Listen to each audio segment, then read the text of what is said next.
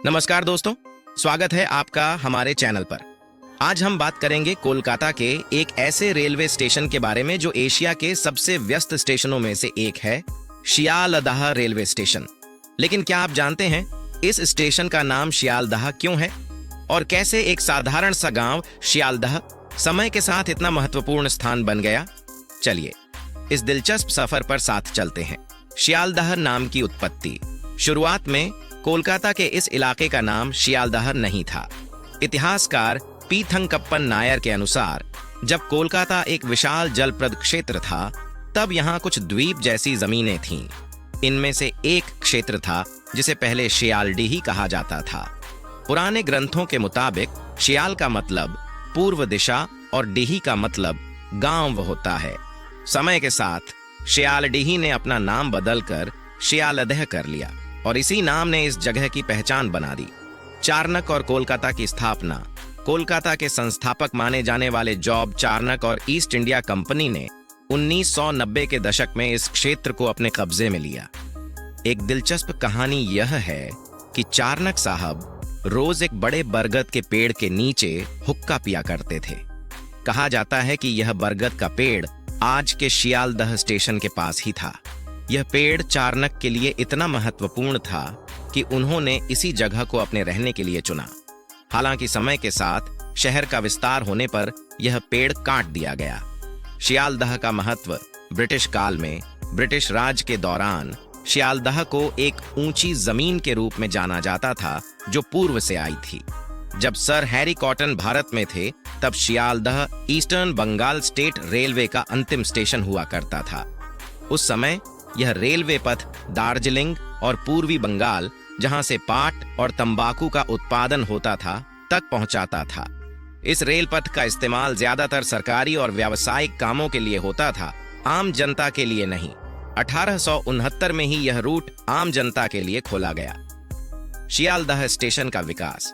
आज शियालदह स्टेशन के 3 टर्मिनल हैं, शियालदह उत्तर, शियालदह मुख्य और शियालदह दक्षिण। भारत पाकिस्तान के विभाजन से पहले यहां से दार्जिलिंग जाने के लिए ट्रेनें गेदे बॉर्डर पार कर वर्तमान बांग्लादेश से होकर शिलीगुड़ी पहुंचती थीं। विभाजन के बाद यह पथ बदल गया, लेकिन आज भी लोग बांग्लादेश से बोंगांव होते हुए शियालदह तक आते हैं और इसके कारण यह स्टेशन बांग्लादेश के लोगों के लिए भी एक भावनात्मक जुड़ाव बना हुआ है। शियालदह स्टेशन का सामाजिक महत्व। इतिहास के पन्नों में देखा जाए तो विभाजन के बाद इस स्टेशन के आसपास कई ऐसे होटल और रेस्टोरेंट बने जिनका नाम बांग्लादेश के जिलों पर रखा गया था। गायबांधा होटल, ढाका, बारिशाल, फरीदपुर और जेशोर जैसे नाम वाले होटल आज भी शियालदह की पहचान का हिस्सा थे। यह होटल बांग्लादेश के व्यापारियों और यात्रियों के लिए ठहरने का स्थान थे।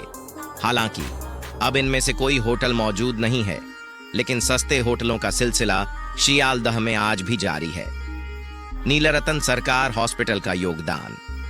शियालदह के आसपास के क्षेत्र में बसा नीलरतन सरकार हॉस्पिटल, जो 1873 में गरीबों के इलाज के लिए खोला गया था, आज भी बांग्लादेशी लोगों के लिए इलाज का एक प्रमुख केंद्र है।